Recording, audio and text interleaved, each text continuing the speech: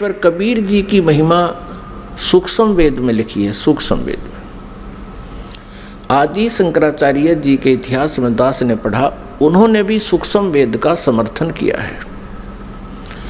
आदि शंकराचार्य ने कहा है कि 4 वेद, ऋग्वेद, यजुर्वेद, सामवेद और अथर्ववेद, ये तो अवेलेबल हैं, लेकिन सूक्ष्म वेद वो 5वां है। उसके विषय में उन्होंने कहा कि वो कैलाश पर्वत पे है।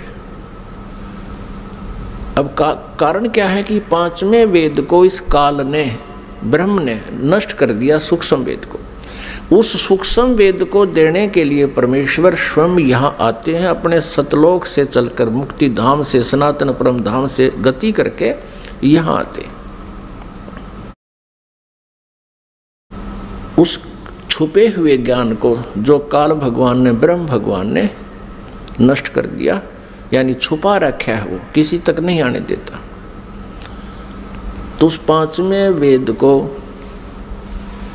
परमात्मा बताने के लिए आते हैं। उस 5वें वेद में लिखा है, और उस वेद को, उस ज्ञान को परमात्मा ने 600 वर्ष पहले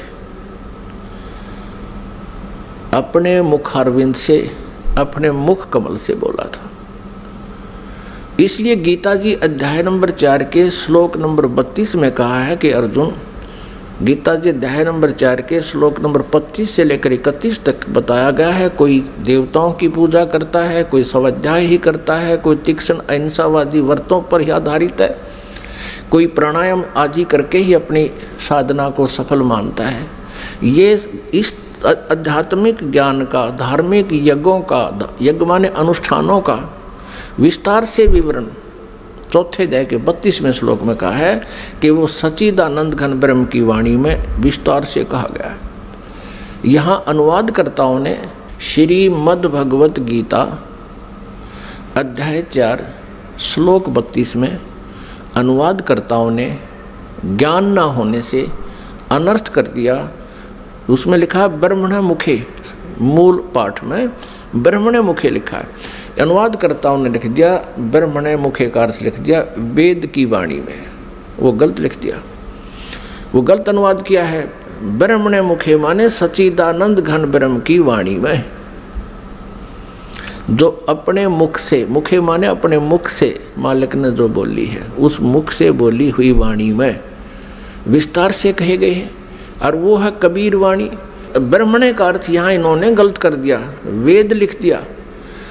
और गीता जी अध्याय नंबर 17 के श्लोक नंबर 23 में ओम तत्सत इति निर्देश है ब्रह्मण त्रिविद समर्थ है, वहाँ ब्रह्मण का अर्थ इन्होंने ठीक किया है, क्योंकि वहाँ विचलित नहीं हुए। ये सच्चिदानंद घन ब्रह्म लिखा है ब्रह्मण का अर्थ, तो यहाँ 4थे अध्याय के 32वें श्लोक में भी ब्रह्मण का अर्थ लिखना पड़ेगा, सच्चिदानंद घन ब्रह्म की वाणी में विस्तार से कही गई। फिर 4थे अध्याय के 34वें श्लोक में कहा कि वो तत्व ज्ञान है